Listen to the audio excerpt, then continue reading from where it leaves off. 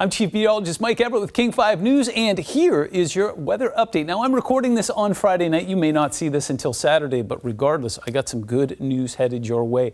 First of all, the not so good news. It was cool on Friday. In fact, temperatures struggled to break out of the 50s in most spots. 77 is the 30-year average. So Saturday, not particularly warm either. In fact, it's going to take us a while. But as we work our way through the 7-day forecast, we're going to get there eventually. And that could set us up very nicely for Labor Day. So here are your headlines. Storm system is going to keep us cool and rainy overnight Friday into Saturday. In fact, we could see some steady and heavy rain up towards the mountains. Drier weather pattern headed our way on Sunday. We'll get it to room temperature. There's a little wrinkle early next week, but then summer will resume. And just a quick reminder, just in case you've given up hope, there's still plenty left. In fact, exactly 4 weeks. So get out there and make the most of it. And again, as we make our way through this next 7 days here, we're going to see things warm and dry, and you'll get an opportunity to do that. A couple things I want to show you here is the upper air pattern. Now, first of all, the low pressure system that was in place did a really nice thing for the entire West Coast. It kind of cooled and wetted things nicely. And I mean, talking Northern California, Nevada, Oregon, Washington, British Columbia,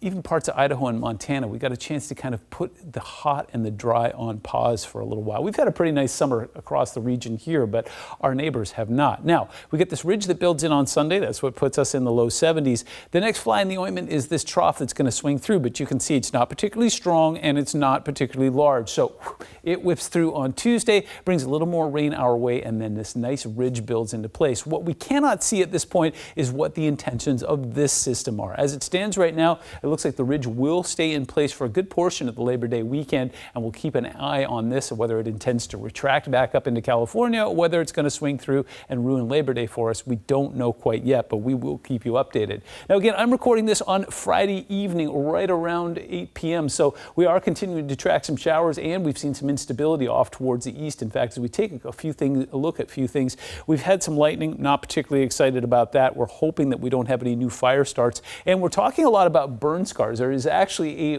flash flood warning in effect near Wenatchee. And again, because we've been seeing some heavy rain on some recently burned areas, there's no root structures there. Charcoal or a lot of that debris floats very easily, so it can dam up and kind of create flash flood scenarios in a lot of the creeks and streams and even some of the rivers. So we're keeping a close eye on that, and we will continue to through the rest of the summer. Why am I showing you British Columbia? Well, because first of all, that's where I'm from, and second of all, there's some lightning up there, and it's right on the edge of that rain. So there is a possibility of some new dry lightning up towards Kamloops and Hope there, and we're going to keep it a close eye on that and hope that that didn't bring any new fire starts. As far as the rest of Friday night goes into Saturday, we're just going to be tracking steady, what's called stratiform rain. Now, rain totals as I'm recording this have already been very impressive, especially by August standards. So we'll take the free rain, and it looks like there's a lot more of that free rain on the way. In fact, especially up towards Skagit, Whatcom, Snohomish counties, some of the foothills of the Cascades could get soaked over the next 24 hours.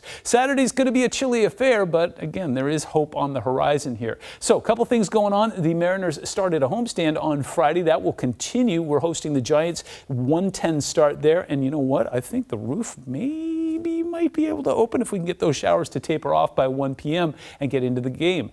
Also, speaking of games, yeah, the Mariners aren't the only game in town. We've got a preseason game. We are going to be broadcasting that on King starting at 6:30. Paul Sylvie's going to be all over that. Kickoff is at 7. And again, not expecting it to be too rainy. Temperatures will be sitting in the mid-60s, but hopefully looking pretty good. Let's put the future into motion and take a look here. We go overnight Friday into Saturday. This is just after midnight. Widespread, steady rain. But again, most people are off the road, safe and warm in bed. This is right around 4:30 in the morning, and you can see that wrap as that low continues to move through here. In fact, something kind of miraculous happens right around mid-morning here. All of this moisture is going to get its act together and become a frontal boundary and move on out of here. So by the time we get into the lunch hour, things could start to dry and clear, especially over the Seattle and Tacoma metro areas and off towards the southwest interior as well. Rain will stay steady along the Cascades. We're even going to see some snow above the 7,000 foot mark. But as we go into the evening hours, again, just some spotty showers here and there.